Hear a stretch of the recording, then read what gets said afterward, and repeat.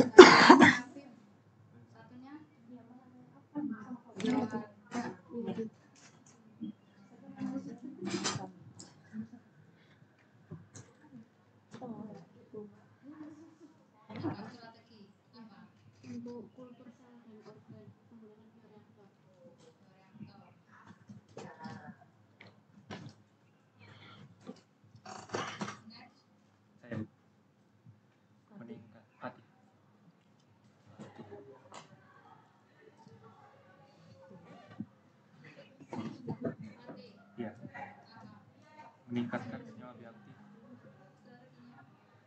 Oke, ini rekayasa genetika.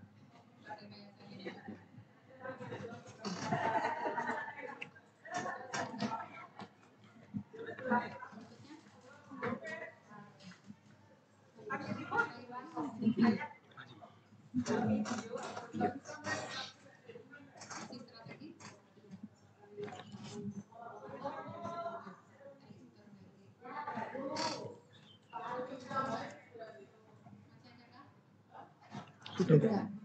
Ya. Baik, bismillahirrahmanirrahim. Assalamualaikum warahmatullahi wabarakatuh. Ya, selamat sore yang terhormat kepada Bu Wahyu dan teman-teman sekalian. Di sini saya akan mempresentasikan topik analisis fitokimia dengan HPLC dengan artikel utama yang saya gunakan, Validation of Capsaicin in Indian Capsicum Species through RP-HPLC.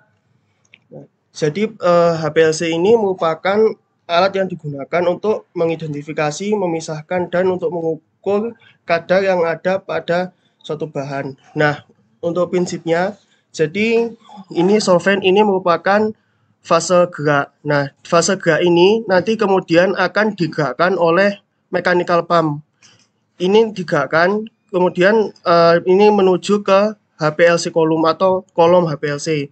Nah, di tengah perjalanan ini terdapat injektor, di mana injektor ini berfungsi untuk menginjeksikan sampel. Jadi nantinya fase gerak ini akan bersama dengan sampel ini menuju kolom HPLC. Nah, di kolom ini kemudian terjadi pemisahan komponen-komponen yang ada berdasarkan polaritasnya. Nah, kemudian komponen senyawa-senyawa yang sudah ada di kolom ini kemudian akan menuju detektor dan kemudian akan terekam dalam bentuk kromatogram. Nah, untuk tipe HPLC ini ada 4 tipe. Jadi yang pertama ini ada tipe normal. Untuk tipe normal ini ini untuk fase geraknya ini bersifat polar dan untuk fase diamnya ini bersifat non polar. Nah, sebaliknya pada reverse phase atau sebaliknya dengan normal phase, jadi fase diamnya ini non polar, sedangkan ada fase geraknya ini bersifat polar. Nah, kemudian untuk size exclusion, jadi di sini untuk bahan yang digunakan ini sudah diatur sedemikian rupa ukurannya sehingga molekul-molekulnya ini nantinya akan masuk terseleksi ini dengan ukuran sesuai dengan ukuran molekul. Jadi seingat saya yang besar dulu, yang turun kemudian baru yang kecil. Nah, kemudian untuk yang keempat yaitu ion exchange. Jadi di sini analit dengan fase diam ini memiliki muatan yang berbeda. Analit bersifat positif sedangkan fase diam bersifat negatif. Nah, nanti analit ini akan tertarik ke fase diam karena muatannya bersifat negatif. Nah, berikut merupakan artikel yang saya gunakan untuk presentasi pada sore hari ini. Jadi diawali dari genus Capsicum ini telah banyak digunakan sebagai bumbu dapur atau sebagai bumbu masak karena dari rasanya, dari warnanya, dan dari tingkat kepedasannya. Nah, selain itu genus Capsicum ini telah banyak digunakan untuk tujuan pengobatan seperti pengobatan rematik, pengobatan kardiovaskuler, dan lain sebagainya. Nah, di India ini sendiri terdapat 5 spesies kultivar yang nanti akan saya tunjukkan pada slide berikutnya.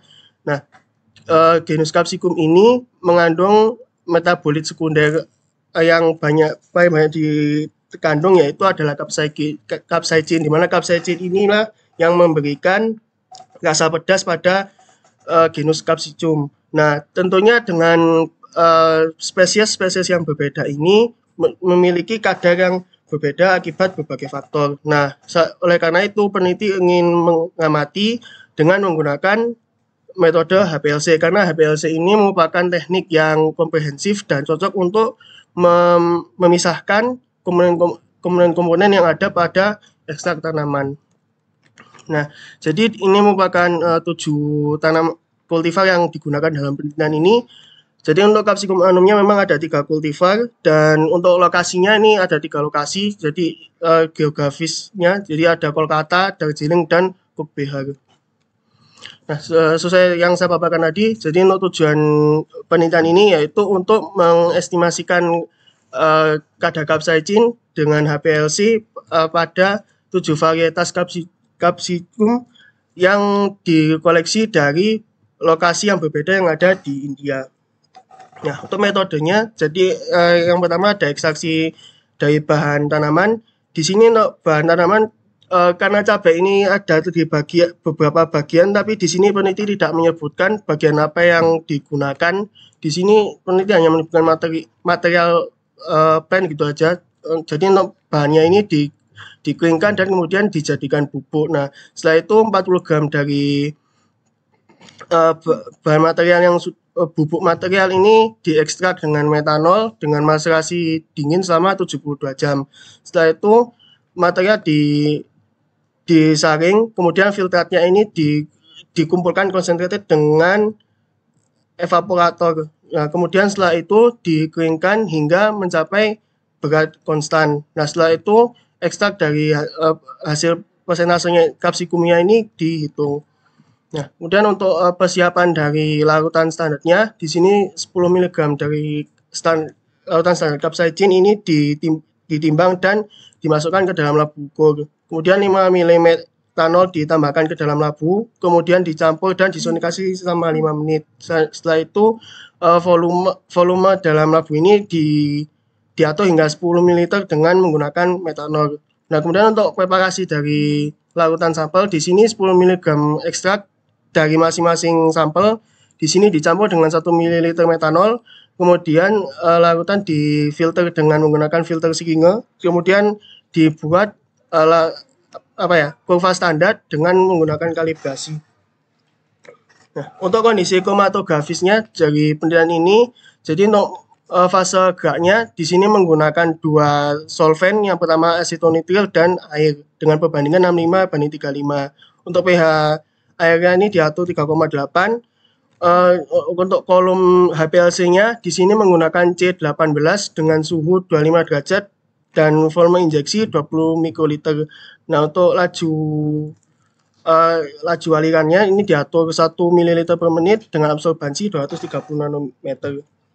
Nah, untuk hasil dari penelitian ini jadi dapat diketahui ternyata di antara 7 spesies ini yang tertinggi kadar ekstrak dari kadar kapsaicinnya yaitu pada Capsicum annum cayenne dengan persentase 3,12%, dan untuk hasil persentase ekstraknya ini juga paling tertinggi yaitu sebesar 18,4%. Nah, untuk koefisien korelasi dalam penelitian ini dari kurva kalibrasinya ini lebih dari 0,99 yang artinya mendekati 1, dan yang artinya datanya ini memang mendekati sangat bagus sekali. Nah, ya memang dari jumlahnya memang kecil-kecil seperti ini, dan hasil kromatogram dari penelitian ini memang tidak terlalu dibahas oleh peneliti, tapi dapat kita ketahui bahwa untuk waktunya ini memang dari semua sampel di sini sekitar pada waktu 5 menit RT-nya seperti itu. Nah, kemudian untuk dari penjelasannya atau discussion pembahasannya, jadi faktor yang mempengaruhi dari kadar kapsaicin pada varietas yang berbeda-beda ini tergantung dari berbagai faktor seperti struktur dari Capsicum itu sendiri, kemudian faktor lingkungan dan karakteristik dari tanah atau media yang digunakan. Nah, untuk morfologi parameter seperti jaringan plasenta, perikarp, dan biji ini mempengaruhi jumlah kapsaicin.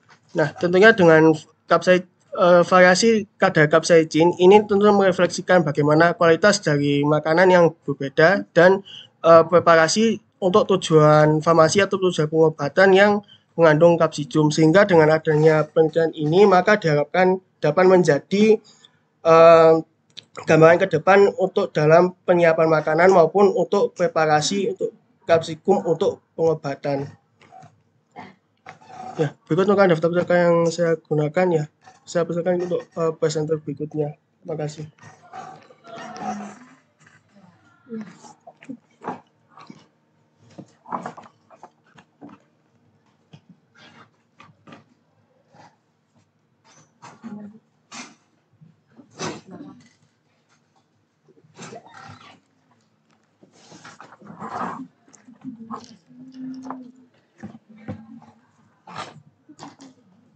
Baik, Assalamualaikum warahmatullahi wabarakatuh. Sebelumnya terima kasih Bu Wahyu atas kesempatannya. Pada sore hari ini saya akan mempresentasikan hasil belajar saya mengenai strategi bioteknologi, yaitu produksi senyawa bioaktif melalui kultur sel dan organ menggunakan bioreaktor. Jurnal pertama yang saya gunakan berjudul Biotechnological Intervention for Ginsenosides Production, dan yang kedua adalah Production in Ginsenosides from Adventitious Root Culture of Panna Ginseng.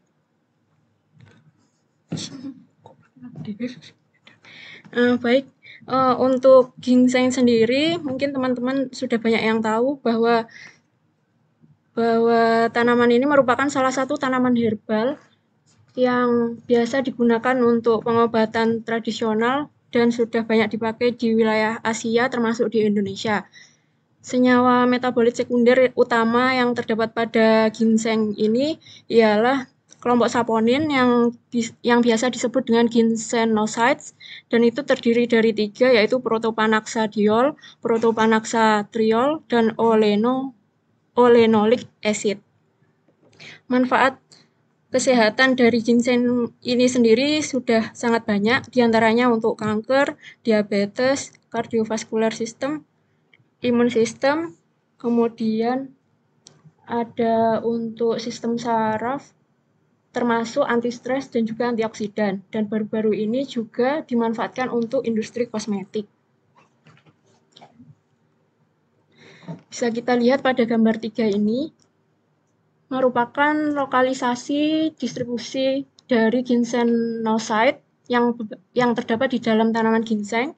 Untuk warna pink ini sendiri mengindikasikan tingginya akumulasi dari ginsenoside di dalam sel.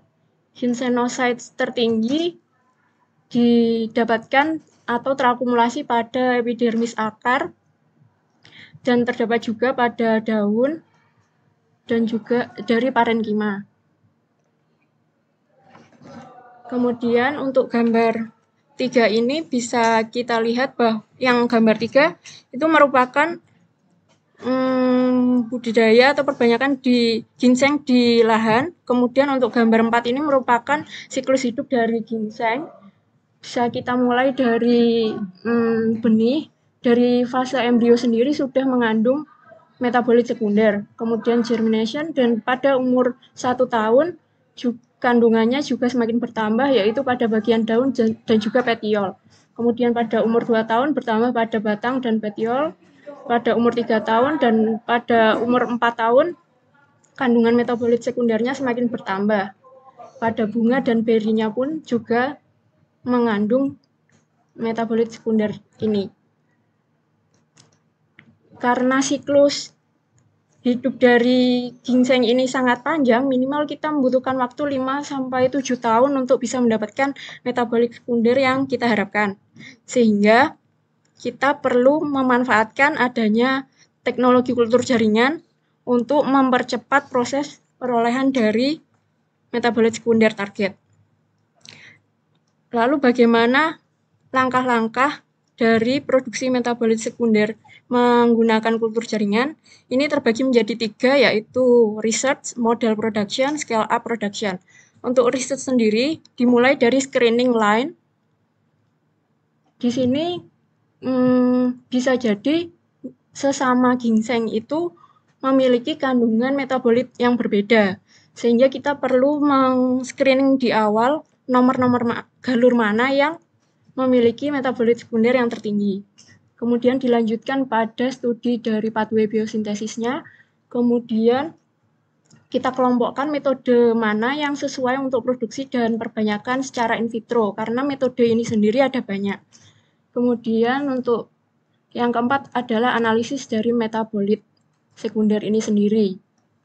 Dan lanjut untuk model production, kita masuk mulai ke menggunakan bioreaktor, tapi skalanya masih kecil. Di sini kita sudah mulai menggunakan media cair, sedangkan pada tahap ketiga tadi kita masih menggunakan media padat. Setelah kita dapatkan media dan juga perlakuan yang sesuai, kita bisa melanjutkan ke tahap scale up production dengan bioreaktor yang lebih besar.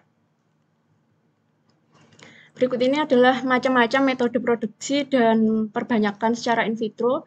Bisa kita lihat mulai dari tanaman ginseng ini bisa kita perbanyak melalui organogenesis langsung, bisa juga melalui kalus, ada juga melalui hairy root, ada juga melalui protoplas. Ada banyak sekali pilihannya.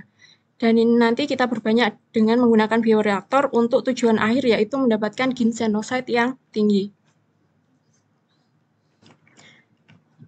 Untuk gambar ini hampir sama dengan gambar yang sebelumnya, di mana kita bisa melalui organogenesis langsung maupun tidak langsung, bisa juga melalui hairy root culture.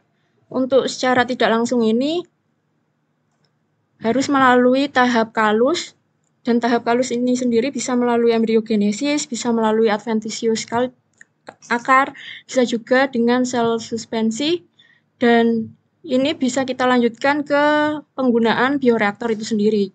Di dalam bioreaktor kita bisa menambahkan elicitor, bisa biotik maupun abiotik. Ini nanti akan dijelaskan oleh presenter berikutnya, dan tujuan akhirnya tetap untuk mendapatkan ginsenoside. Dan ini untuk tambahan lagi, gambarnya hampir sama dengan yang tadi. Dari explania steril kita bisa regenerasikan, bisa juga melalui hairy root culture, bisa melalui kalus, bisa melalui juga adventitious culture. Dan pada jurnal yang saya gunakan ini lebih berfokus pada adventitious culture. Berikut ini adalah langkah-langkah yang dilakukan pada jurnal yang saya kaji. Yang pertama, induksi adventitious akar menggunakan ginseng gunung yang telah berusia 100 tahun dan dikultur pada media MS yang ditambahkan dengan hormon. Setelah itu, kalus dikembangkan dari potongan-potongan akar tersebut dan ditanam pada media MS dengan menggunakan 4,53 mikromolar 2,4D ditambahkan 0,46 mikromolar kinetin serta 3% sukros. Kemudian akar yang terbentuk dari kalus yang sebelumnya terbentuk dikulturkan lagi, disubkultur ke media MS medium dengan penambahan 19,68 mikromolar IPA dan 3% sukros. Kemudian adventitious akar adventif yang didapatkan ini disubkultur lagi ke media MS cair dengan penambahan 19,68 mikromolar IPA dan 3% sukros ke dalam Erlenmeyer berukuran 400 ml ditambahkan 100 ml media di dalamnya hingga mendapatkan biomasa yang diharapkan. Dan setelah itu akar yang diperoleh dipindahkan ke bioreaktor kecil dengan volume 5 mili, tapi kita tambahkan medianya sebanyak dengan volume 5 liter, kita tambahkan media sebanyak 3 liter, yaitu MS medium ditambahkan 19,68 mikromolar IPA dan 3% sukros selama 6 minggu. Dari bioreaktor yang kecil ini, kemudian kita bisa melihat, kemudian dilanjutkan dengan diregenerasikan kembali ke bioreaktor yang ukurannya lebih besar. Untuk gambar A ini 20 liter, untuk gambar B 500 liter, kemudian untuk gambar C ini masuk 500 liter, dan yang terbesar di sini ada 10.000 liter. Untuk gambar E ini merupakan akar adventif dari ginseng yang diperoleh setelah melalui proses yang panjang tadi. Kemudian ini merupakan proses pemanenan, dan yang terakhir ini adalah proses pengeringan dari akar adventif. Dari penelitian ini didapatkan hasil bahwa dengan perbandingan penanaman di lahan langsung dan juga menggunakan bantuan teknologi kultur jaringan menggunakan bioreaktor sangat signifikan ya. Untuk yang 523 ini dibutuhkan waktu selama 5 tahun. Untuk membutuhkan 523 kg per 0,1 hektar. Sedangkan ini untuk yang B dengan menggunakan bioreaktor hanya membutuhkan waktu 45 hari. Jadi dalam setahun bisa mengaplikasikan ini 7-8 siklus. Dengan biaya yang kalau dikalikan akan lebih efektif dan efisien menggunakan bioreaktor. Berikut ini adalah produk-produk hasil dari pemanfaatan akar adventif dari ginseng. Ada kosmetik, wine, sabun, sirup, dan tonik. Kesimpulannya, bioteknologi telah dimanfaatkan untuk tujuan mendapatkan ginsenoside dari ginseng ini, dan adventitious culture merupakan salah satu alternatif yang dianggap baik dari penelitian-penelitian yang sudah dilakukan dengan hasil yang banyak tanpa ada resiko yang membahayakan. Kemudian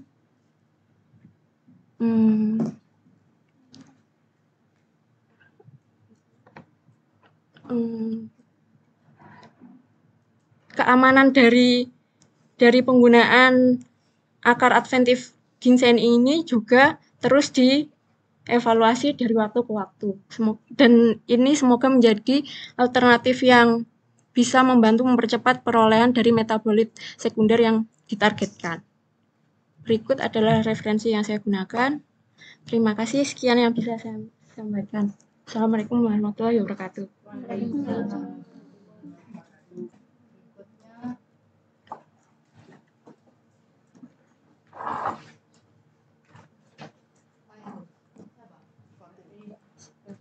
Saya dulu. Iya.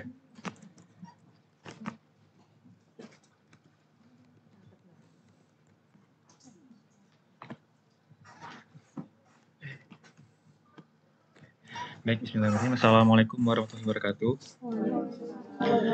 Selamat siang Bu Wahyu dan teman-teman. sore ini saya akan mempresentasikan tentang strategi bioteknologi, terutama pada peningkatan senyawa bioaktif menggunakan rekayasa genetika. Di sini saya mengambil contoh senyawa bioaktif pada alkaloid pada tumbuhan medis. Berikut artikel yang saya gunakan dari jurnal Metabolic Engineering Communication terbit pada tahun 2022. Baik, mungkin dari teman-teman sudah banyak yang tahu bahwa tumbuhan itu memiliki sumber senyawa metabolit sekunder yang berlimpah. Salah satunya adalah alkaloid, seperti itu. Yang dimana pemanfaatan dari alkaloid sendiri itu bertujuan untuk sebagai produk kosmetik, nutrisi, dan pengobatan. Kemudian untuk alkaloid sendiri itu terbagi ke dalam beberapa kelas, diantaranya ada piridin, indol, kemudian tropane, quinol, isoquinolin, phenantrena, kemudian feniletilamina, purin, imidazol, terpenoid, aporfin, pirilozidin, indolizidin, kemudian ada piperidin dan alkaloid pyrrolidin. Nah, di sini merupakan gambar dari beberapa kelas dari senyawa alkaloid itu sendiri, ada reseprin, skopalamin, morfin, dan nikotin. Dari senyawa alkaloid sendiri memiliki banyak sekali manfaat, diantaranya adalah pemanfaatan sebagai penyembuhan untuk penyakit jantung, kemudian penyakit pernapasan, penyakit saraf, dan penyakit kanker. Kemudian untuk sisi negatif atau disadvantage dari senyawa alkaloid itu sendiri, seperti morfin dan kokain, senyawa tersebut dapat menyebabkan kecanduan.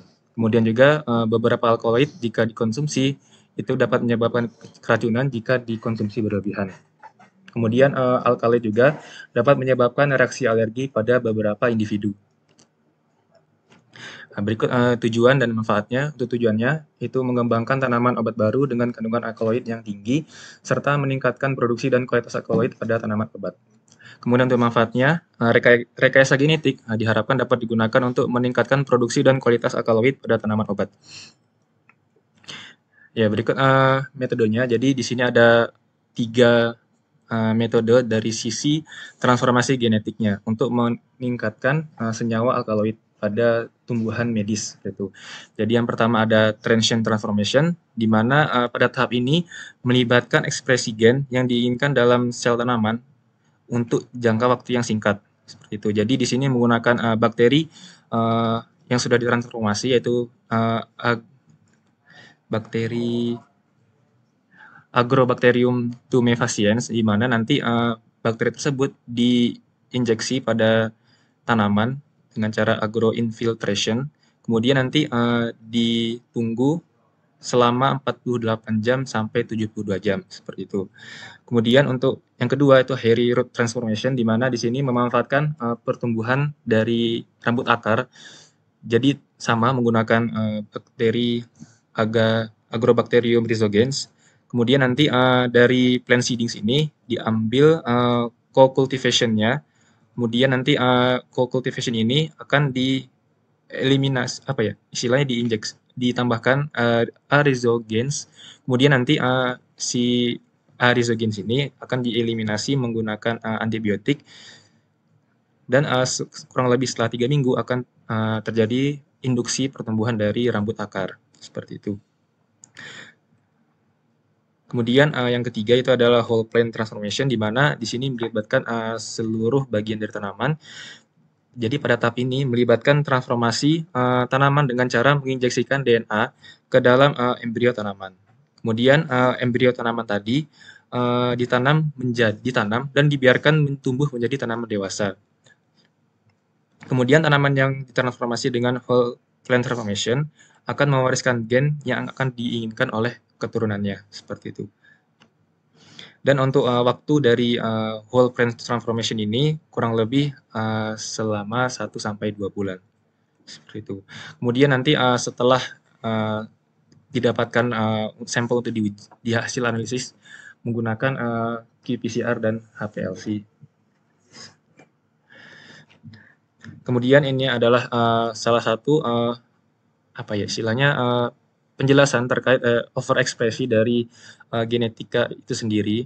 Jadi ada 6 overekspresi, di mana yang pertama itu adalah endogenous enzyme overexpression, di mana pada jenis overexpression ini melibatkan penambahan gen yang menyandi enzim tertentu ke dalam genom tanaman. Hal ini digunakan untuk mendapatkan transformasi gen, kemudian transduksi gen, ataupun rekombinasi homolog seperti itu. Kemudian foreign enzyme overexpression, di mana jenis overexpression ini melibatkan penambahan gen yang menyandi enzim dari organisme lain ke genom tanaman.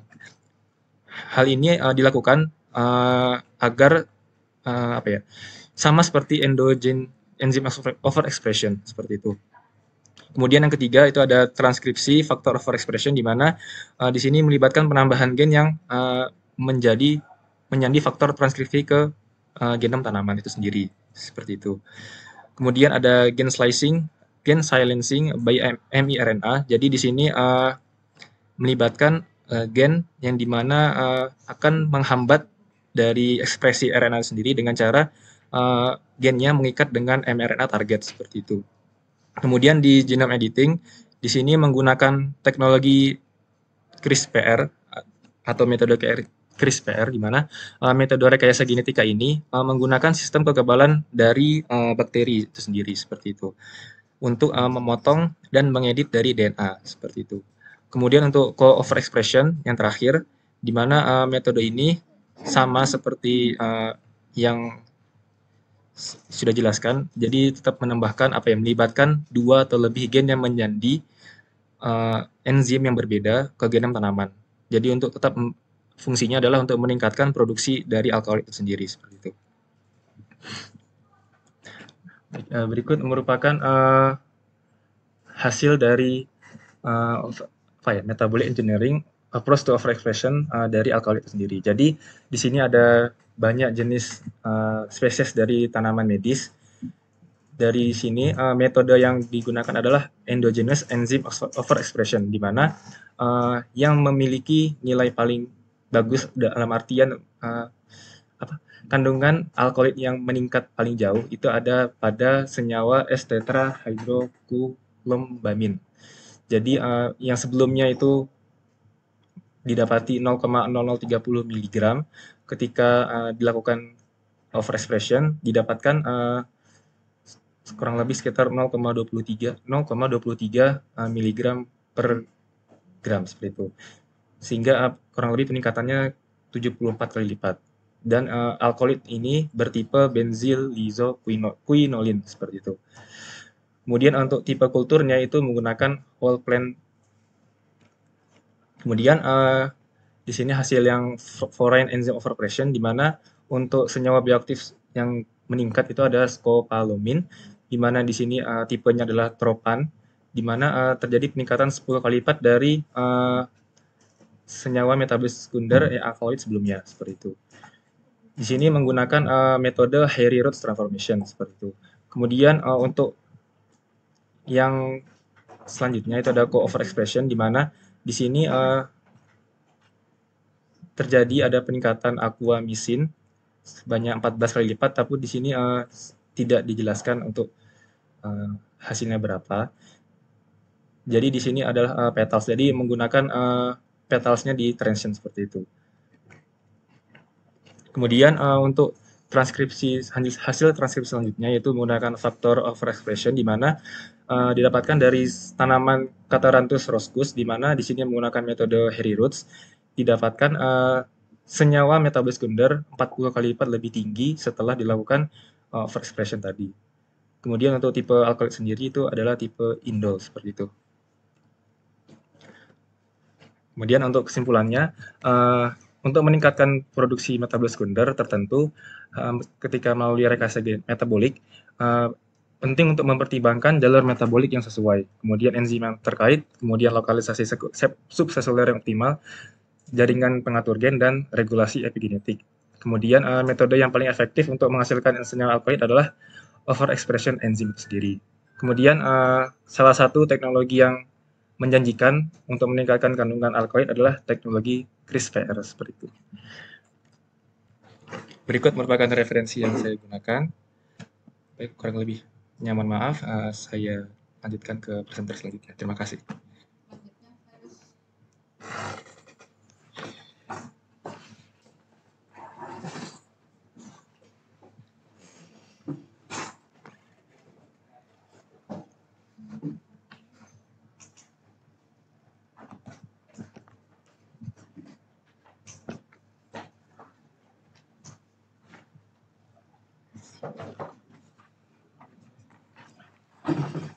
Assalamualaikum warahmatullahi wabarakatuh.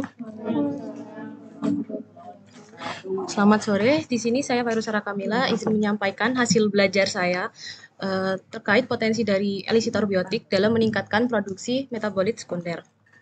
Untuk elisitasi sendiri ini merupakan senyawa atau substansi yang ketika diadministrasi atau dimasukkan ke dalam tanaman dalam jumlah sedikit nantinya akan memicu atau meningkatkan produksi dari suatu senyawa yang dimana senyawa ini umumnya berperan penting dalam membantu tanaman untuk beradaptasi terhadap lingkungan yang stres. Sederhananya, elisitasi ini meniru respon tanaman ketika menghadapi stres lingkungan yang diinduksi oleh patogen atau faktor biotik lainnya. Dan untuk faktor yang mempengaruhi keberhasilan dari elisitasi ini, diantaranya yaitu tipe, konsentrasi dari elisitornya itu, kemudian durasi dari paparannya, jadwal atau penentuan kapan kita melakukan pemberian elisitornya, terus kondisi lingkungan pertumbuhan dari kultur tanaman, kemudian jenis tanaman yang digunakan, regulasi pertumbuhannya, dan juga jenis, maksudnya usia maupun tahapan dari tanaman yang digunakan pada saat pemberian perlakuan dari elisitornya ini. Kemudian elisitasi ini kan merupakan ada substansi. Nah, substansinya ini dapat berupa abiotik atau biotik. Untuk yang biotik sendiri itu terdiri dari 4 secara garis besar, meliputi fungal atau jamur, ada sakarida juga, bakteri, dan yang terakhir hormon. Dan di mana biotik elisitornya ini nantinya menginduksi atau meningkatkan dari sintesis pembentukan produksi sehingga meningkatkan produksi dari metabolit sekundernya. Kemudian secara general atau secara umum, mekanisme dari elisitasi itu diawali dengan pengikatan elisitor pada reseptor tanaman. Kemudian nantinya akan respon awalnya itu terjadi pertukaran pompa ion, di mana pada prosesnya itu nanti pompa ion K+ dan Cl- ini akan dipompa keluar, sedangkan pompa Ca2+ dan H+-nya ini akan semakin banyak yang masuk ke dalam selnya. Kemudian nantinya ketika H+ dan ion H+ dan ion Ca2+ ini meningkat, akan memicu asidifikasi sitoplasma atau penurunan pH dari sitoplasma selnya itu. Nantinya ketika ada penurunan pH-nya itu akan mengaktifasi enzim NADPH oksidase untuk meningkatkan produksi ROS. Kemudian untuk yang Ca2+ sendiri juga sebenarnya ketika meningkat nantinya berikatan dengan protein kalmodulin untuk meningkatkan produksi ROS. Selain itu, Ca2+ ini nantinya juga mengaktifasi G protein. Ketika ROS-nya ini meningkat, nantinya akan mengaktifasi atau memfosforilasi jalur MAPK. Seperti halnya ketika aktivasi dari G proteinnya ini nantinya akan mengaktifasi juga fosforilasi dari jalur MAPK. Dan ketika fosforilasi dari jalur MAPK ini terjadi, maka nantinya akan menginduksi pembentukan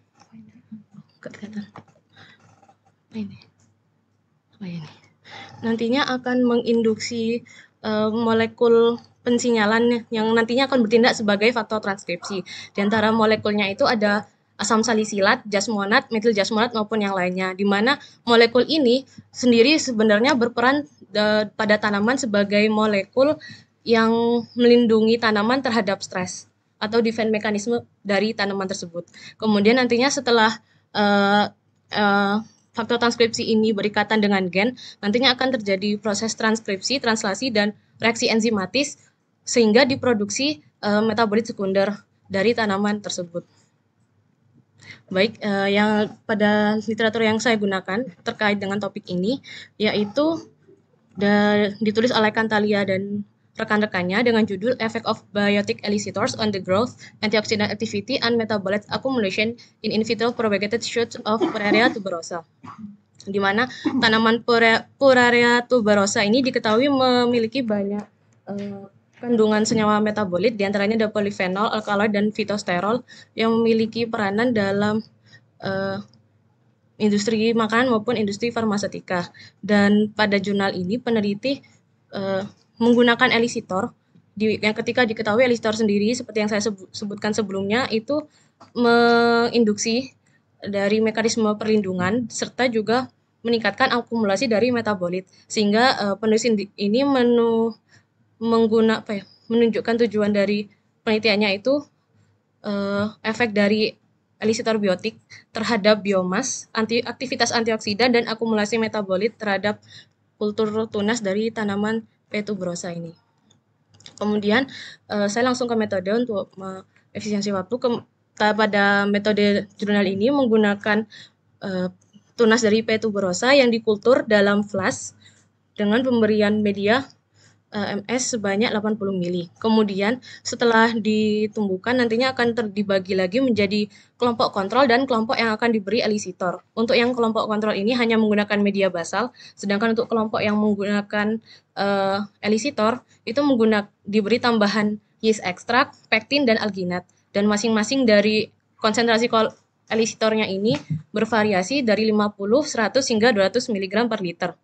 Dan setelah pemberian elisitornya ini nanti ditumbuhkan selama 4 minggu dan baru dilakukan uji berikutnya, yaitu growth parameter untuk menentukan biomasanya, dilanjutkan dengan konten klorofil, protein, dan karbohidrat, dilanjutkan dengan konten total fenolik, flavonoid, dan aktivitas antioksidannya dengan melalui uji DPPH, scavenging, dan DPPH, SOD, dan FRAP. Kemudian dilanjutkan dengan analisis HPLC dan diakhiri dengan analisis statistik. Untuk yang pertama, growth parameters untuk menentukan biomasa. Untuk yang pertama ini yaitu jumlah tunas, kemudian yang kedua ini berat basah, dan ini berat kering. Pada hasil dari literatur ini menunjukkan untuk pemberian elisitor pada pektin optimum pada konsentrasi 100 mg. Dari masing-masing parameter ini. Sedangkan untuk yang yeast extract dan alginat itu pada konsentrasi tertinggi yaitu 200 mg per liter. Baik, yang berikutnya yaitu konten klorofil, protein, dan karbohidrat. Untuk konten klorofil B, total klorofil, protein, dan karbohidrat diketahui apabila dibandingkan di antara ketiga elisitor itu menunjukkan jika alginat itu maksudnya mampu meningkatkan 4 macam konten tersebut dibandingkan dengan yeast extract dan pektin. Sedangkan untuk pektin sendiri ini hanya tertinggi di bagian klorofil A. Meskipun demikian, tapi dapat diketahui jika dari data ini bahwasanya elisitor itu dapat menginduksi peningkatan konten dari klorofil, protein, dan karbohidrat dibandingkan dengan kontrol. Berikutnya yaitu total fenolik dan total flavonoid. Hal serupa juga diketahui pada hasil analisis ini, yaitu pada pektin untuk konsentrasi yang sama juga menunjukkan akumulasi tertinggi. Sedangkan untuk yang yeast extract dan alginat juga pada konsentrasi yang paling tinggi yaitu 200 mg per liter. Berikutnya pada aktivitas antioksidan. Hal serupa juga ditemukan pada perlakuan elisitor biotik pektin, yaitu pada 100 mg untuk uji scavenging DPPH dan FRAP. Dan terlihat juga signifikan penurunan SOD-nya untuk perlakuan pektin pada konsentrasi 100. Sedangkan untuk yang yeast extract dan alginat sendiri ini diketahui pada konsentrasi yang tertinggi yaitu 200 mg per liter. Bisa dilihat di sini pada DPPH scavenging, FRAP-nya, dan penurunan SOD-nya. Dan yang terakhir yaitu high performance liquid chromatography. Pada literatur ini peneliti menggunakan PSC perlakuan pektin dengan konsentrasi 100 mg.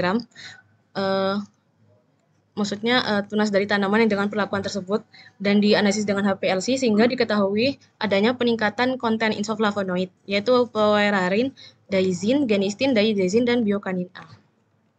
Dan yang terakhir principal component analysis, di mana pada gambar ini menunjukkan principal component analisisnya, sedangkan yang tabel 2 ini menunjukkan parameter apa saja yang menentukan elisitor tersebut memberikan efek fisiobiokemikal yang baik terhadap tanaman.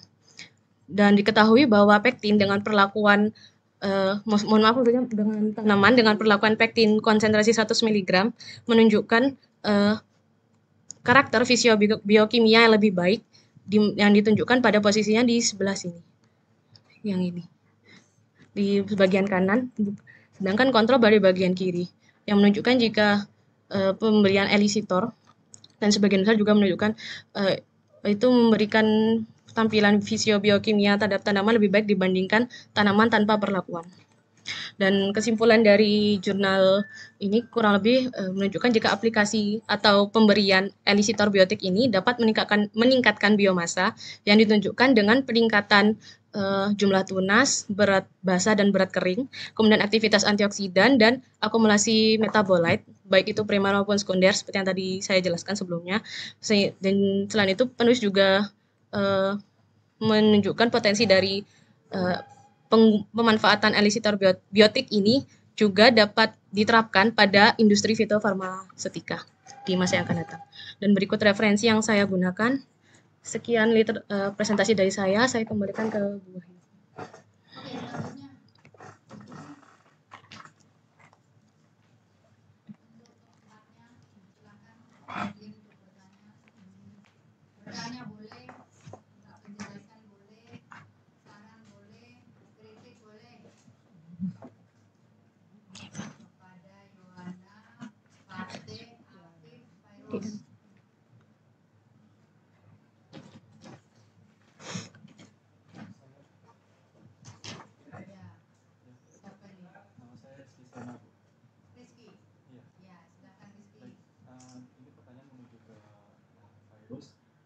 Mengenai tadi elisitor yang ada di tanaman biotik dan abiotik.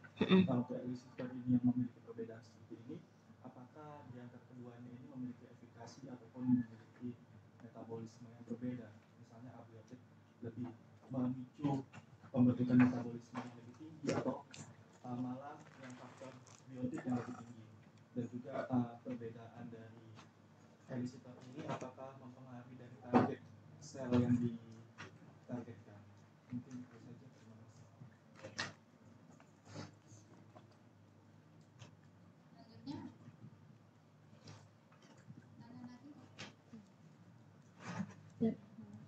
Darlah.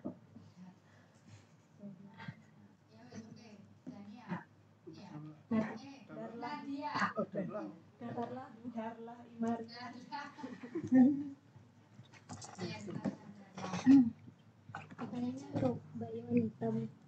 Tadi kan dijelaskan sama Mbak Yonita tentang bioreaktor, yang mana bioreaktor itu tadi disebutkan ada 20 liter, 500 liter, sampai 10.000 liter. Nah, mungkin perbedaannya gimana, terus mungkin kekurangannya satu sama lain.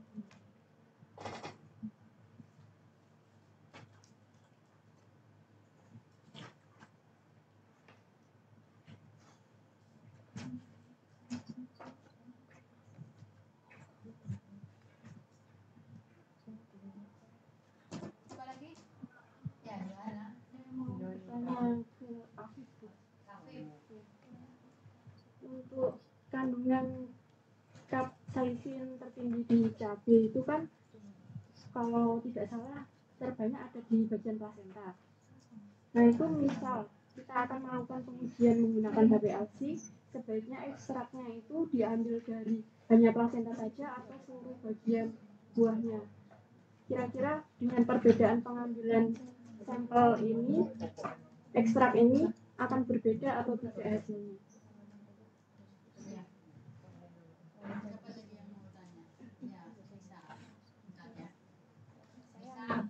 Anissa Suraya ingin bertanya pada Pak Yus. Tadi kan elisitasinya menggunakan elisitor jenis actin ya. Kenapa kok itu? Apakah jika dipakai elisitor biotik lainnya, apakah mempengaruhi gitu? Apakah yeast pectin ini memang membuat senyawa spesifik yang diproduksi lebih tinggi seperti itu?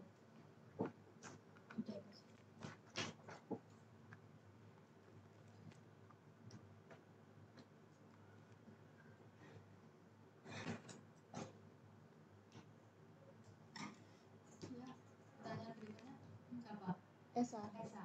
Iya. Saya mau bertanya kepada Fatih. Jadi kan tadi ada 3 transformation ya, ada transient, period, sama work plan.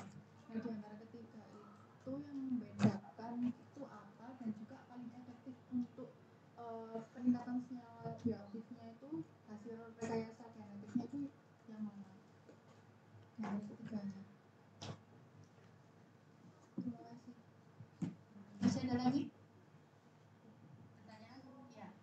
Saya salah izin bertanya untuk Mbak Yowanita.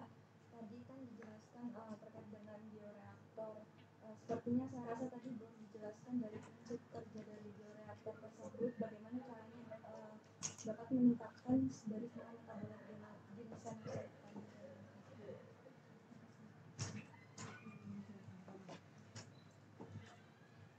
Jawab dulu ya.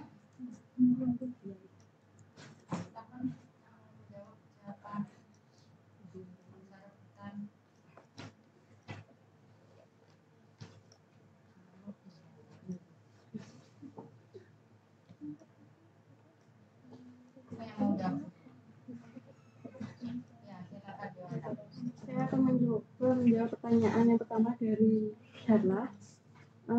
Tadi saya tampilkan di PowerPoint ada bioreaktor yang 5 liter, 20 sampai 10.000. Perbedaannya ada di kapasitas atau volume dari bioreaktor itu sendiri.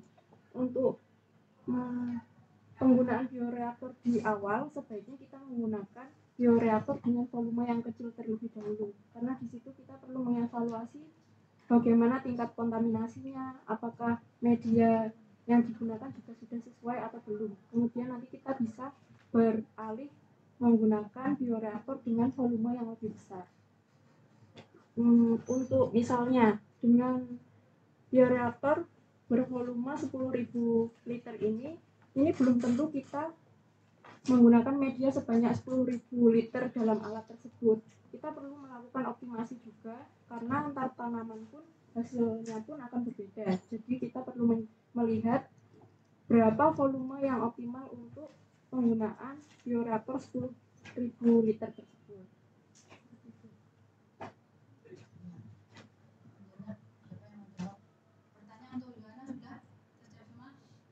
Kemudian untuk pertanyaan kedua dari mengenai prinsip kerja dari bioreaktor itu sendiri. Oh ya, tadi belum saya sampaikan, untuk bioreaktor ini sendiri prinsipnya merupakan sebuah bejana besar yang bahan yang digunakan itu tidak bereaksi dengan biokimia yang ditargetkan. Jadi bisa menggunakan bahan kaca atau stainless. Nah, dari situ nanti kita menggunakan media cair untuk kulturnya, untuk menginduksi perbanyakan dari metabolit sekunder itu sendiri. Kemudian yang utama dari penggunaan bioreaktor ini adalah sistem aerasi yang lebih baik. Jadi untuk sirkulasi O2, CO2, kemudian fenol yang dikeluarkan oleh tanaman akan lebih sering untuk mengalir gitu. Jadi di alatnya itu ada dua selang, bisa membayangkan ya. Nah, itu untuk sirkulasi dari udara di dalamnya. Jadi aerasinya lebih baik sehingga menunjang pertumbuhan dari eksplan yang kita gunakan. Dan penggunaan media cairnya itu tujuannya untuk memudahkan eksplan menyerap nutrisinya. Selanjutnya, siapa yang mau jawab? Ya, izin menjawab pertanyaan dari Mbak Sal. Tadi kan yang ditanyakan terkait yang membedakan dan juga metode yang paling efektif dari 3 metode yang sudah dilihat tadi. Untuk yang membedakan, tadi yang transition itu dia mungkin dari 3 metode itu sudah apa ya dikatakan tadi, dari segi waktunya itu sudah berbeda. Jadi yang paling cepat itu adalah transition. Namun dari segi kualitas produksi dari senyawa metabolit sekunder sendiri itu lebih sedikit dibandingkan metode-metode yang lainnya seperti itu. Jadi secara umum metode yang paling efektif untuk mendapatkan senyawa alkaloidnya paling banyak itu menggunakan metode Wolfram transformation, di mana ketika menggunakan metode itu jadi melibatkan semua bagian dari pembuat itu sendiri.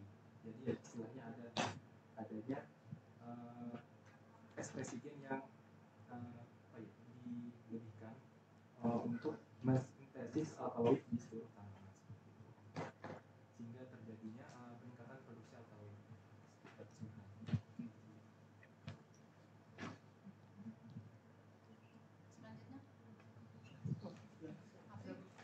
Ya, saya dari Mbak Yuanita ya, untuk penggunaan kadar capsaicin ini kan memang tertinggi pada bagian placentanya, karena di bagian placenta ini kan tempat terjadinya biosintesis dari capsaicinnya itu. Nah, kalau saya di analisis HPLC menggunakan menggunakan placenta saja atau dicampur dengan bagian lain, kalau menurut saya lebih baik menggunakan bagian placenta saja, karena kan kalau di bagian perikarp dan biji ini kan juga lebih sedikit, dan itu juga kan ada kecampur dengan senyawa-senyawa yang lain gitu Mbak. Kan kalau dengan menggunakan placenta saja ini kan capsaicinnya itu jelas sudah paling banyaknya, itu lebih banyak dibandingkan pada bagian biji maupun di bagian perikarpnya, seperti itu Mbak.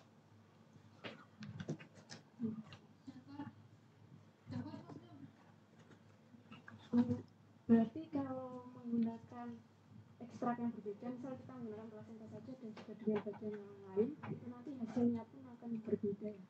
Iya, hasilnya karena kadarnya kadar capsaicinnya di perikarp di placenta juga beda Mbak. Tertingginya tadi placenta gitu. Kandungan kimia itu kan bukan hanya dipengaruhi pada bagian saja. Kamu panen cabai kan? Iya. Udah setengah tua, udah yang warnanya udah merah, agak lembek, itu juga akan beda pasti. Ya, apalagi bagiannya. Jadi perbedaan atau ditumbuhkan di mana atau kalian panen kapan itu berbeda ya. Kalau itu metabolit sekunder, jangan dipanen pas siang, karena pas siang itu lagi aktif dia melakukan sintesis sama primer. Jadi itu pun juga harus diperhatikan. Jadi kalau kalian mau analisis, nanti panennya jangan siang, pagi ya. Pagi pokoknya sekitar sebelum jam 9. Nanti kalau sudah siang dia aktif melakukan fotosintesis ya, sehingga produknya adalah yang banyak. Kalau memang kalian pengen dapat banyak. Nah, terkait dengan yang ditanyakan atau topiknya Afif pada cabai, terus gimana Afif kalau misalkan dulu itu kita biar nggak pedes bijinya dibuang. Kok bijinya Afif? Bijinya ada placentanya itu sebenarnya. Terus yang kedua, terus kalau gitu sebetulnya ya perlu nggak kita makan cabai itu, kadang-kadang kan cabainya dengan cabainya, atau kita perlu disarankan kita hanya buang aja atau gimana? Praktis nggak juga kalau misalkan nanti analisis itu semuanya kan, kalau harus kita kalau mau analisis kan, kalau cabai kan gampang langsung semuanya yang mungkin, tapi kalau placentanya harus diambil misalnya lebih praktis mana kira-kira dengan hitung-hitungan yang paling banyak memang di placenta misalkan mana?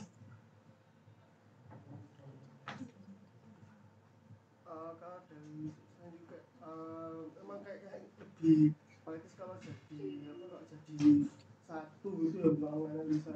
Kalau untuk analisa menggambarkan, kalau dari menggunakan placenta saja kan juga menggunakan juga butuh banyak bahannya, terus juga tidak dapatkan sebanyak kalau dengan buahnya gitu.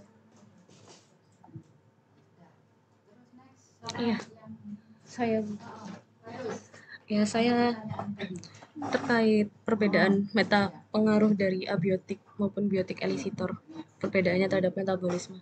Saya izin menjawab Mas Sena.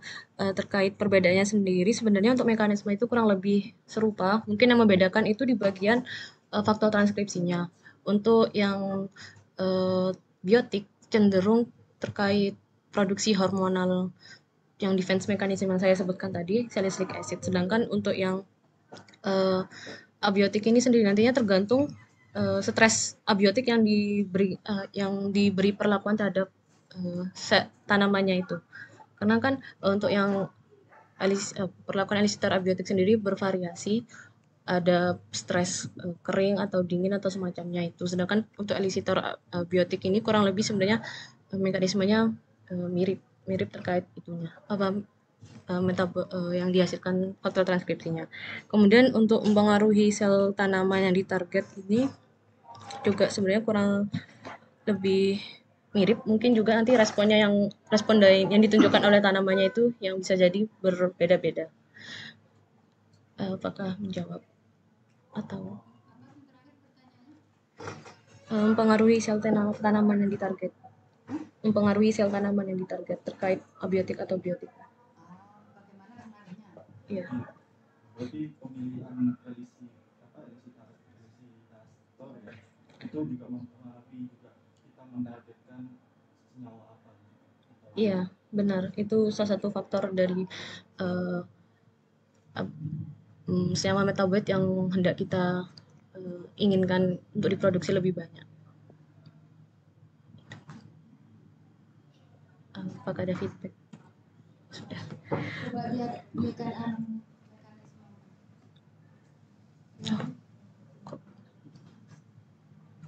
Oh, susah.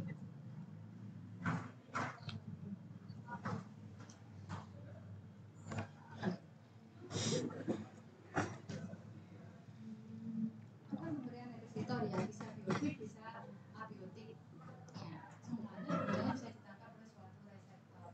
Nah, ketika itu ditangkap suatu reseptor, pengaruhnya itu ke sananya. Ekspresi gen sebetulnya. Bisa lewat tanpa melalui produksi asam jasmonat salisilat, tapi ada juga yang bisa melalui asam jasmonat salisilat. Sehingga kadang-kadang asam salisilat dan jasmonat itu juga diberikan sebagai elisitor. Ya. Tetapi kalau kita menggunakan elisitor yang lain, kita bisa langsung ke ekspresi gen, bisa juga yang meningkat itu ada, makanya kan ini dikatakan sebagai hormon stres ya, asam jasmonat sama asam salisilat. Karena ketika kita memberikan atau tanaman itu dalam kondisi stres atau kondisi kondisi lingkungannya tidak sesuai, maka biasanya asam jasmonat atau asam salisilatnya meningkat. Ya. Nah, kedua asam itu bisa mempengaruhi ekspresi dari gen.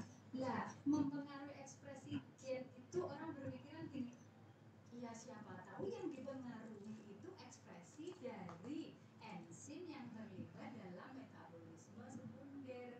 Sehingga kalau itu mempengaruhi enzim-enzim yang ada di jalur metabolisme sekunder, maka kan metabolisme sekundernya yang berubah. Ya, kita memang nggak tahu.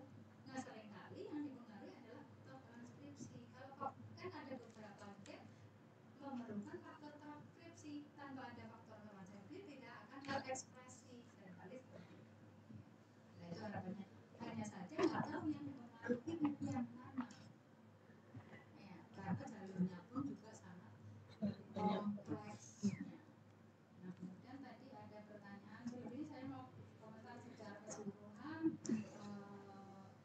kesiapan lebih siap untuk yang kalau dilihat ya dari PPT-nya juga lebih bagus, karena mungkin karena lebih siap juga, ada waktu yang lebih banyak juga.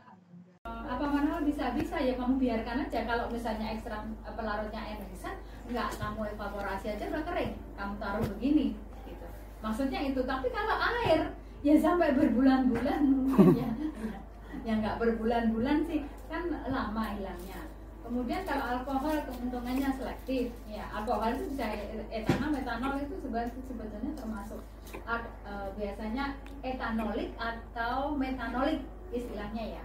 Kemudian non toksik kalau konsentrasinya rendah, mudah menguap, tidak diperlukan pengawet. Itu tadi yang kemarin saya sampaikan bahwa itu gambarnya ini awet.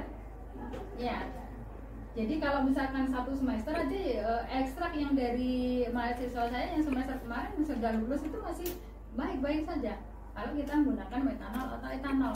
Tapi kalau air itu jangan harap 2 hari udah jamuran.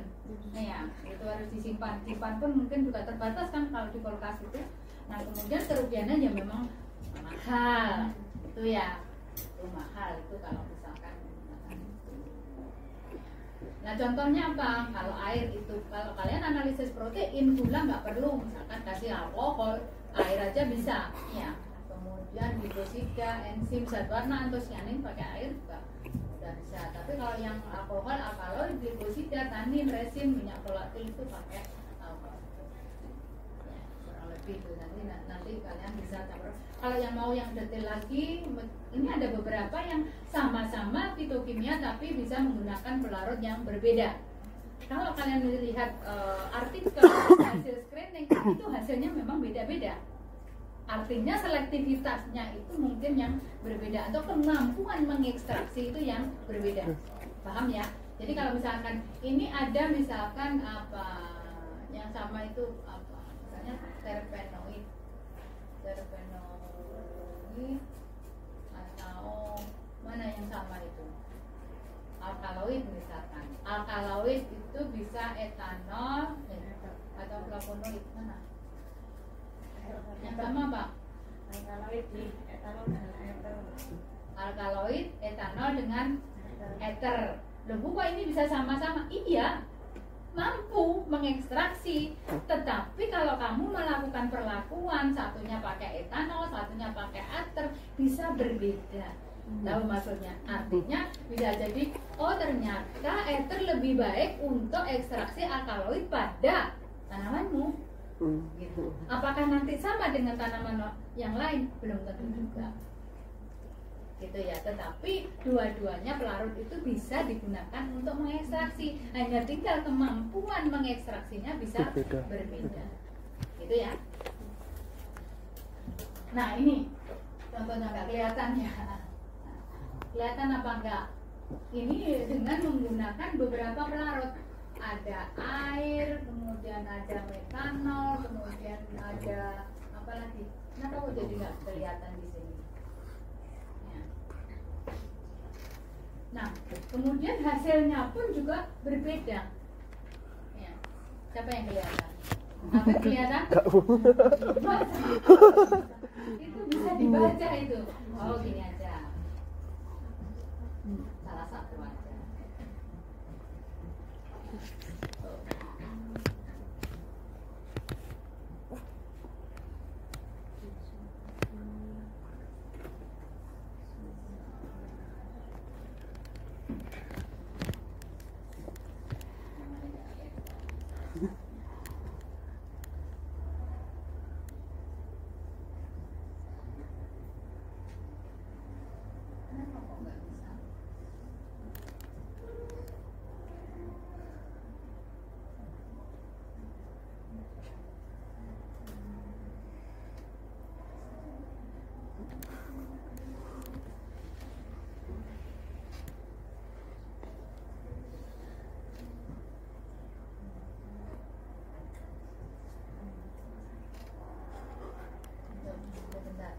Bawahnya apa tadi?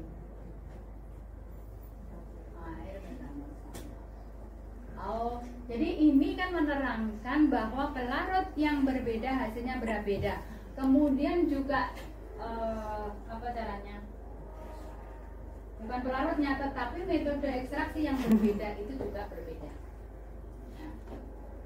Saya tunjukkan dulu yang pelarutnya. Makanya itu yang harus kalian perhatikan. Kalau kalian mampu menggunakan ini. Kalau ini kok kelihatan? Duh.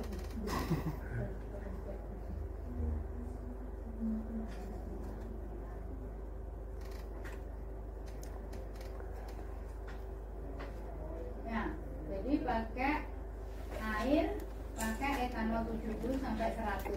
Lihat tadi yang total. Ya. Pakai metanol 100, lamanya 60 misalkan ya, ada 79,5 ginsenusidanya ya. Sedangkan kalau pakai air 24 ya. Nah kemudian ini pakai coklat itu paling bagus ya. Kalau yang tengah itu pakai panas, Kemudian yang bawah itu pakai shaker aja. Yang terakhir itu apa? Ultrasonik tuh. Ultrason tuh. Ultrason tuh. Ultrason. Ya. Yang paling bagus coklat. Ini coklatnya. Jadi yang atas itu ini sebetulnya tradisional, coklat sama reflux itu solvan ini tiga ini tradisional. Tapi kalau yang ultrason sama microwave dan itu termasuk modern. Ya. Nah, tinggal kalian mau pilih yang mana? Enggak tiga-tiganya, enggak semuanya. Ternyata pakai ekstrak tok. Iya. Kalian ekstrak kasar itu, fruit itu, ya. Apa? Loh, belum punya gambaran. Apa yang kalian berikan? Yang kalian analisis? Hah? Nah iya, kasar semua. Berarti nggak pakai macam-macam. Ya, ini yang tradisional pakai coklat. Ya, nah, kalau yang tradisional butuh banyak, tapi kalau yang tadi apa modern itu sedikit aja bisa. Ya. Nah, ini perbandingannya. Nah, kalau screening fitokimia, tadi kan orientasinya metabolit sekunder. Sebetulnya kayak fitokimia itu bukan hanya metabolit sekunder, ada metabolit primer ya. Tapi ini kalau misalnya metabolit sekunder, ujinya yang kemarin saya bisa sampaikan, alkaloid itu bisa macam-macam. Ini kalau screening loh ya, tes, artinya tes ada atau tidak. Adanya hanya bisa mengkuantifikasinya itu cuma banyak, sedikit, sangat sedikit, agak banyak, cuma seperti itu. Nah, itu ujinya bisa macam-macam sesuai ini kenapa uji misalkan Wagner, Mayer, terus ada gelatin, ada variklorida ya. Kalau yang Wagner, Mayer itu karena ini berdasarkan penemunya, yang menemukan Wagner, yang menemukan Mayer.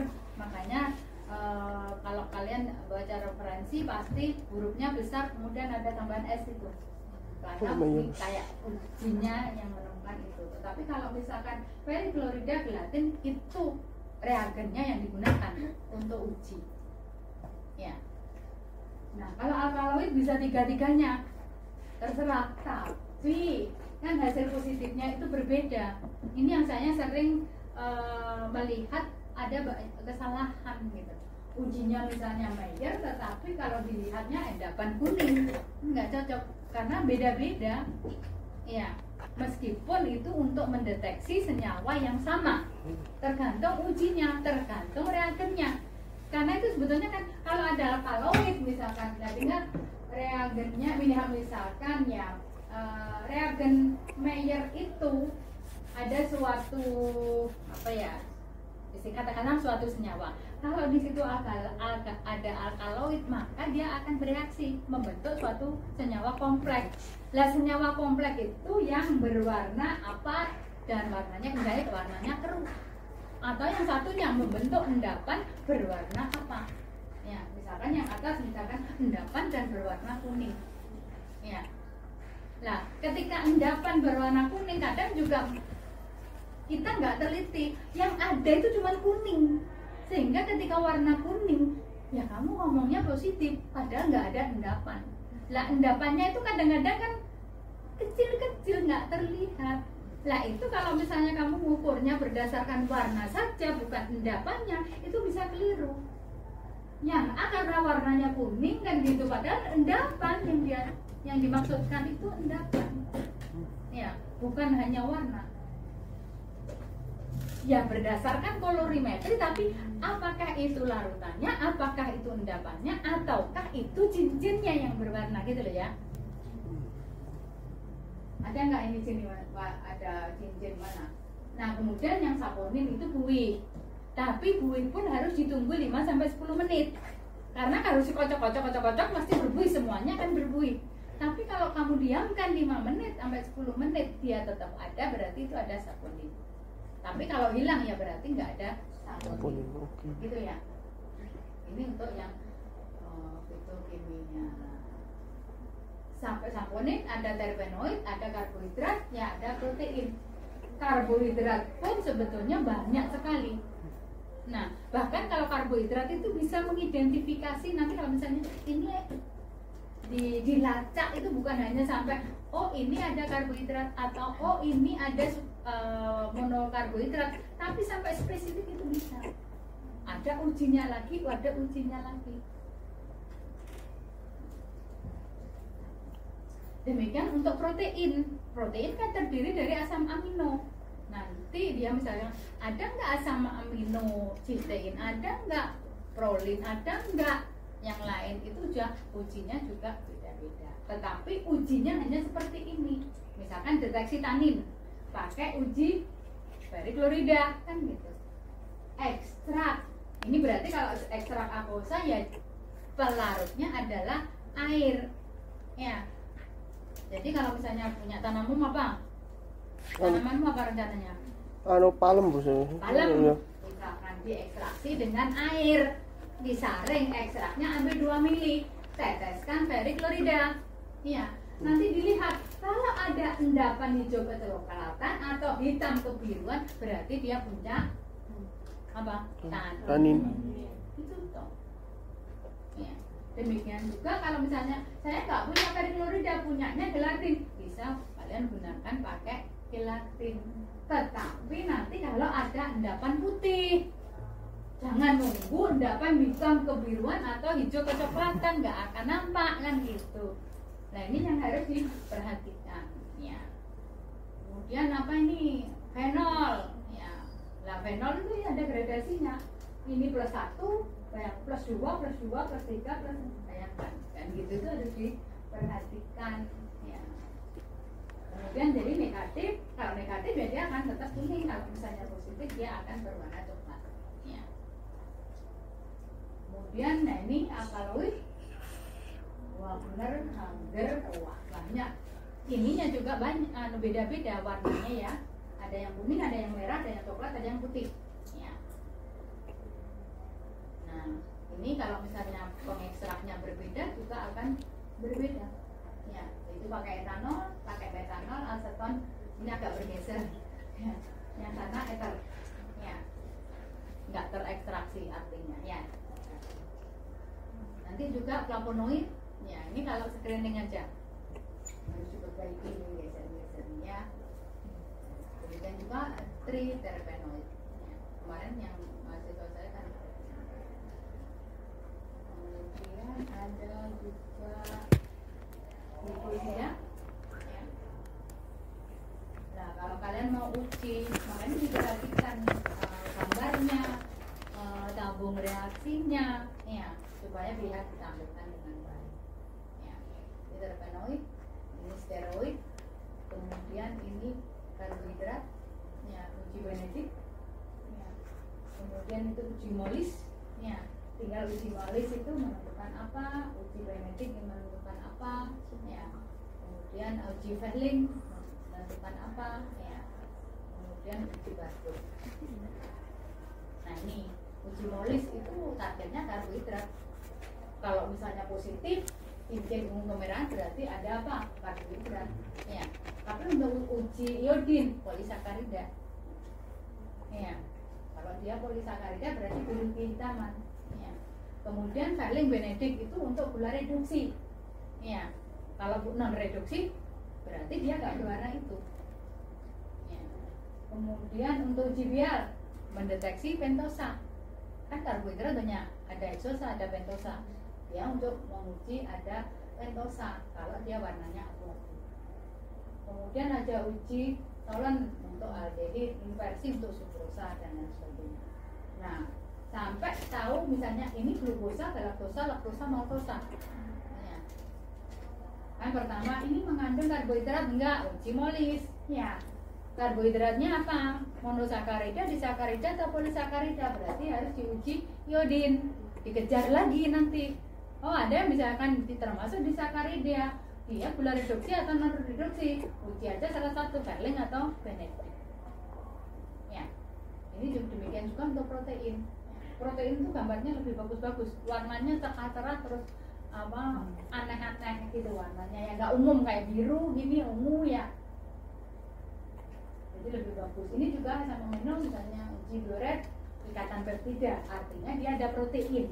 Kemudian ini hidrin berarti ada asam amino. Terus kemudian kalau misalkan uji sulfur, kalau targetnya sulfur, ya asam amino yang mengandung sulfur adalah sistein, cysteine dan methionine. Dengan hasil atau warna yang berbeda. Nah nanti yang ini misi, ya kalau yang kalian tampilkan misalkan alkaloid, uji yang kalian gunakan apa? Kalau Mayer dan Wagner, ya. Kemudian tanamannya apa? Ini waktu pengabdian masyarakat itu saya anukan ke guru-guru SMA, ada daun teh, ada daun lamtoro, ada brokoli, ada kedelai. Kemudian ujinya ini. Nanti kemudian dikasih plus-plus begini, ya. Plus atau minus. Ini screening fitokimia nama kemarin berarti alkaloid pada teh di mana? Pada lamtoro, kunyit, jahe, cengkeh, dipluan, sirih, itu untuk yang ada pertanyaan dari sini? Enggak ada. Iya. Campuran senyawa yang lain. Jadi kalau kamu menemukan suatu senyawa, kamu pengen tahu, mau pengen memisahkan atau pengen mengetahui, ya apakah ini senyawanya itu satu atau campuran, ya. Kemudian ada 3 komponen, ya, yaitu fase stasioner, fase mobile, dan molekul yang dipisahkan. Ya, fase stasioner itu kenapa kok stasioner? Ya karena memang dia diam aja, fase yang tidak bergerak. Ya, nah ini bisa dalam bentuk cair maupun padat. Ya, sedangkan untuk fase mobile, fase gerak, ya karena dia memang menggerakkan, ya menggerakkan senyawamu itu supaya terpisah, ya. Nah ini bisa cair, bisa gas, ya. Nah ini penjelasannya. Fase stasioner ya bisa padat, bisa cair, ya. Nah itu yang cair maupun padat itu biasanya bisa melekat pada suatu gelas atau permukaan dari metal, ya, metal. Tergantung apakah itu kolom, apakah itu misalkan yang gas, yang gelas kaca. APLC apa? Fase stasionernya. Metal apa? Gelas.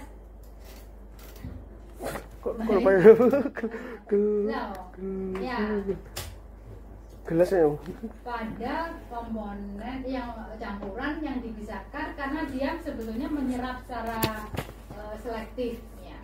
Makanya dikatakan sebagai, istilahnya dikatakan sebagai fase stasioner, ya, karena tidak bergerak. Nah biasanya dia berpori, ya. Kemudian ada contoh-contohnya, ada kertas, ada silika, ada gelas, ya. Tadi tergantung, tadi kan banyak sekali kromatografinya. Kalau kromatografi kertas ya kertas, kalau kromatografi lapis tipis biasanya silika, ya. Tapi kalau kromatografi yang lain bisa komponen yang lain lagi, ya. Nah ini mungkin bisa juga ini adalah fase stasionernya,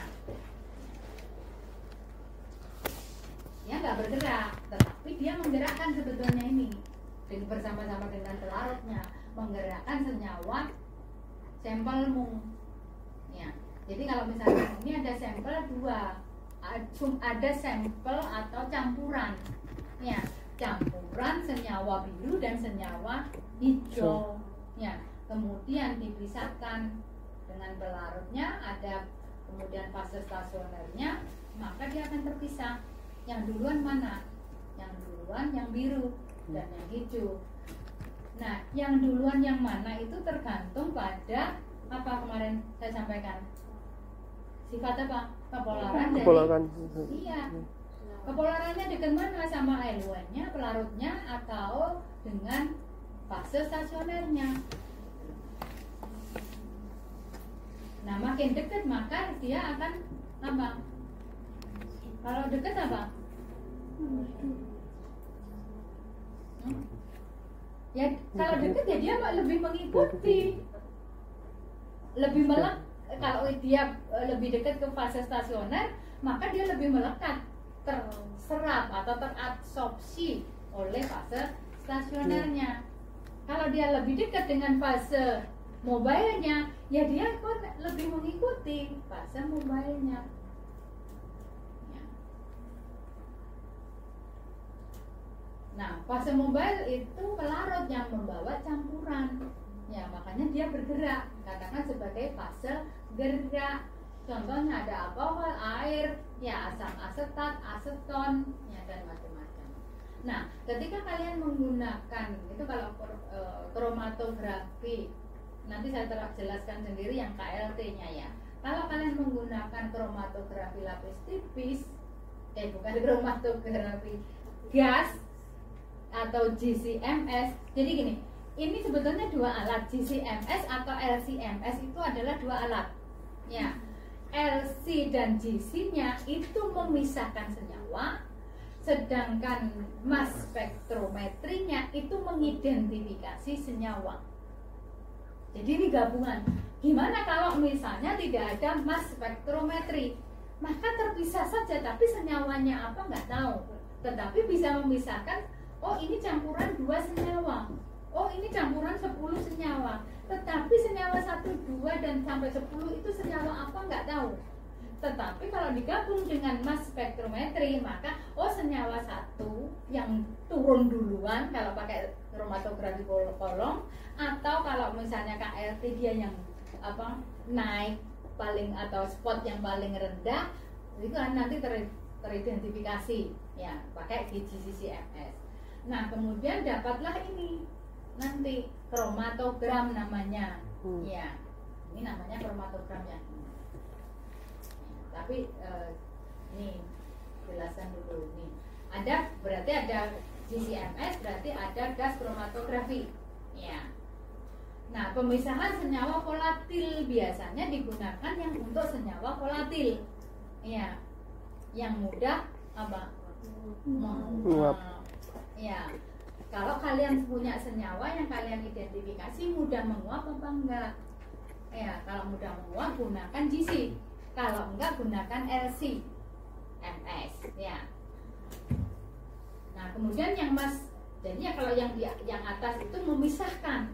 Tetapi kalau mass spektrometri itu teknik untuk mengukur, kok bisa dia mengidentifikasi namanya apa senyawa tadi, karena teknik ini mengukur berat molekul dan menentukan formula dari senyawa organik. Makanya kan ada rumusnya nanti hasilnya itu ya. Kemudian diidentifikasi sebagai senyawa A. Misalkan glukosa itu kan ada rumusnya. Nah, spektro itu sebetulnya mengidentifikasi itu C-nya berapa, H-nya berapa gitu loh. Kemudian kita namakan, oh itu karbohidrat, oh itu gula, sukrosa, oh itu glukosa. Gitu ya. Bisa bayangkan nggak? Bisa. Ya kan? Iya. Makanya ini digabung jadi satu alat. Ya. Jadi ini memisahkan campuran komponen ke dalam individu. Kemudian ini mengidentifikasi berdasarkan masanya. Ya.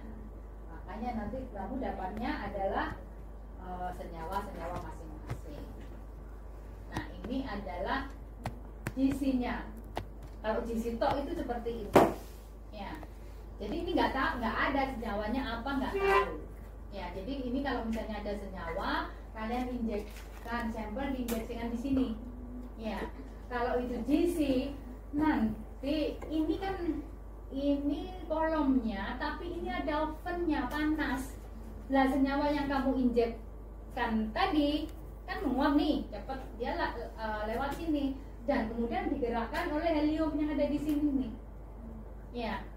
Kalau misalkan senyawamu itu dekat dengan pelarutnya, kepolarannya, maka dia akan cepat ke sana. Gitu loh. Lah ketika dia cepat ke sana, maka dia muncul peak-nya itu yang paling pertama, real time-nya itu yang paling singkat. Ya. Kemudian diikuti oleh senyawa yang lain berikutnya, senyawa yang lain berikutnya. Gitu ya. Jelas ya. tetapi nggak ada namanya itu, karena pakai JC atau LC nggak ada MS-nya. Ya. Jadi kalau dibayangkan ini loh pemisahan itu sebetulnya. Ya. Fase mobile, ya. Kemudian ini fase stasionernya yang dari sini. Lah senyawamu kan masuk, ya kan? Kemudian di situ panas dalam bentuk uap, kemudian ada yang mendorong, maka ya tergantung eluanmu apa, fase mobilenya. Kalau kepolarannya dekat berarti yang biru cepetan, iya kan? Cepetan, dia cepetan keluar. Ketika cepetan keluar, ya maka real time waktu yang digunakan untuk dia melalui itu lebih dekat dibandingkan dengan yang umum. Ya, itu prinsipnya. Kalau kromatografi kolom juga sama. Ya. Antara eluen yang misalkan asetonitrit sama N-heksan, senyawa antara lipid sama protein juga akan berbeda. Gitu loh ya. Yang turun lebihan dulu mana? Kalau asetonitrit yang duluan adalah protein, tapi kalau itu N-heksan yang duluan turun adalah lipid. Nah, kemudian dari alat tadi muncullah data ini, kromatogram tadi. Ya, kromatogram kalau bacanya itu adalah sebetulnya kan ini waktu yang bawah sumbu X. Jadi yang pertama misalkan ini nggak dihitung ini, ya. Yang dihitung adalah ini. Ini berarti yang pertama, nanti yang kedua. Nah, peak ini ada yang tinggi, ada yang luas area. Yang digunakan adalah yang luas area. Ya, bukan tingginya. Ya, tapi luas areanya. Ya. Ini retention time, ini non. Ya, jadi berarti jaraknya sekian, waktu yang ditempuh sekian. Ya. Tapi nilai angka persentase itu berdasarkan adalah peak area. Kenapa? Karena khawatirnya nanti ini bengkok, ya, atau apa tingginya sehingga nggak. Kalau tinggi ya berarti tinggi, tapi kan bisa juga yang diukur artinya yang lebih tepat itu luas area dibandingkan tinggi. Khawatirnya tadi ada yang bengkok ya. Nah, ini adalah contohnya. Jadi sumbu X ya, ada beberapa, artinya ada berapa itu? Ada berapa senyawa? Ada 10 senyawa. Ya. Tinggal nanti senyawa pertama apa, senyawa kedua apa. Nah, nanti persentasenya caranya ngitung sebetulnya ini. Kalau misalnya kurang lebihnya ya. Ini kalau kasar ya. Kalau kasar belum ada koreksinya. Jadi kalau misalnya ada 4 peak. Ya, ada muncul 4 peak ya. Terus kemudian peak pertama itu luas areanya 1000. Ini 2000, ini 500, ini 1000. Total area 4500. Ya.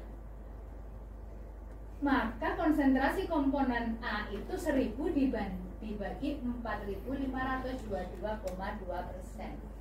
Jadi 22,2% itu di antara ini keempat. Paham ya?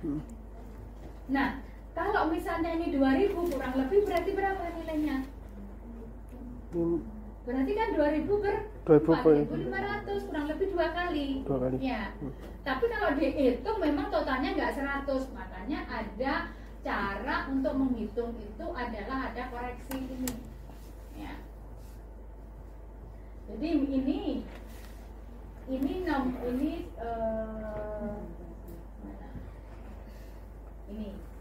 ya.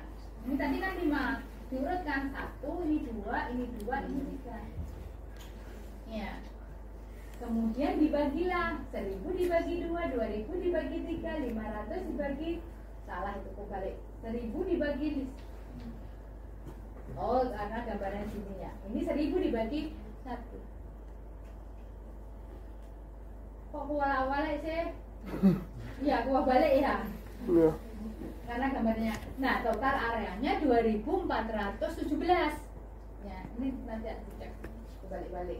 Kemudian konsentrasi A sama dengan 500 dibagi 2000. 1000 dibagi 2 500. 500 dibagi itu sama dengan 20,7. Nanti kalau di total dengan ada 4 bit itu kurang lebih 100. Tahu ya? Tapi ini ya, saya hanya ingin menggambarkan kalian ketika nanti dapat 90 bit atau artinya ada 90 senyawa yang terpisah.